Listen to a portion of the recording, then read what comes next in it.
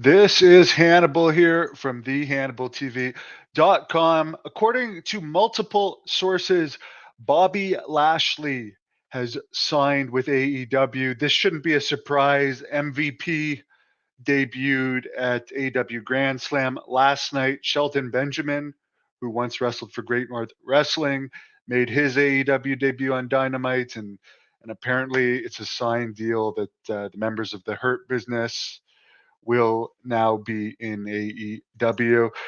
Listen to Wrestling Observer Radio today.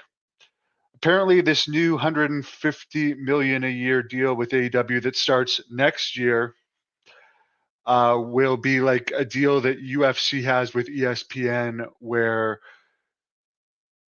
WBD will air the AEW pay-per-views on Max, but you will have to pay to order the pay-per-views on Max. It'll be cheaper than buying them elsewhere, but you'll still have to pay something. As far as I've heard, the money for the pay-per-views will go to Warner Brothers Discovery. The outside pay-per-view money still might go to AEW.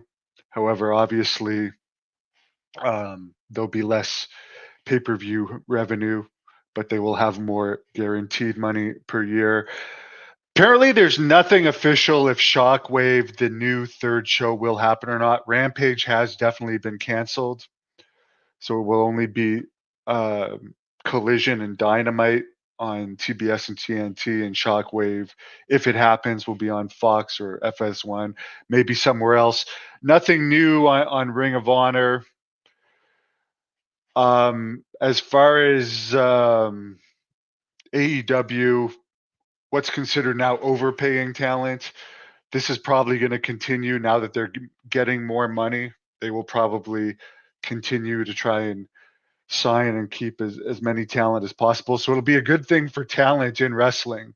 There will be more money to make in wrestling than ever. It already is, but now there's going to be even more. So good for the lucky ones. Apparently, it's more likely than not that WBD owns a percentage of AEW, according to Sports Business Journal. They own a piece of AEW. And Dave Meltzer mentioned on the Wrestling Observer today that despite all this good news, all the numbers are indicating a drop, that AEW is still dropping. Hopefully, for my sake and for AEW's sake and for the wrestling business sake, that doesn't continue. I want them to do better, because if the wrestling business is better, it'll be good for me and my channel and the wrestling business in general. So I definitely hope that things can get turned around. I'll be optimistic. As far as the NXT doing a 0.16 or 0.26 on USA this week with the loaded card that included CM Punk, there's a lot of reasons it did a good rating, including they were in an actual arena and not the performance center. But Meltzer points out that that wasn't too much bigger of a number than NXT did around this time last year when they used Becky Lynch.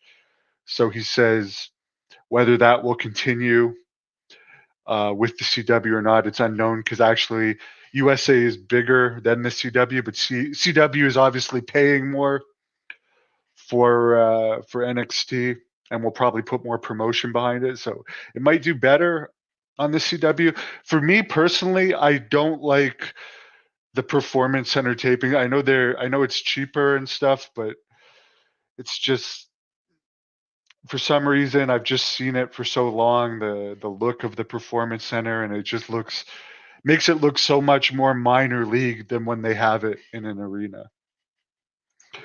Lashley is a good get for AEW. I agree. I like Bobby Lashley. I've met him a couple times backstage in WWE and talked to him a little bit when TNA came to Ottawa and used me back in 2017. Very nice, down to earth guy. Shelton Benjamin, as I said, we used him in GNW and MVP. I knew from Deep South Wrestling, and he was one of the nice guys from Deep South Wrestling. No attitude or anything. So I truly wish those guys the best. Bobby Lashley, I know he probably made a lot of money in WWE.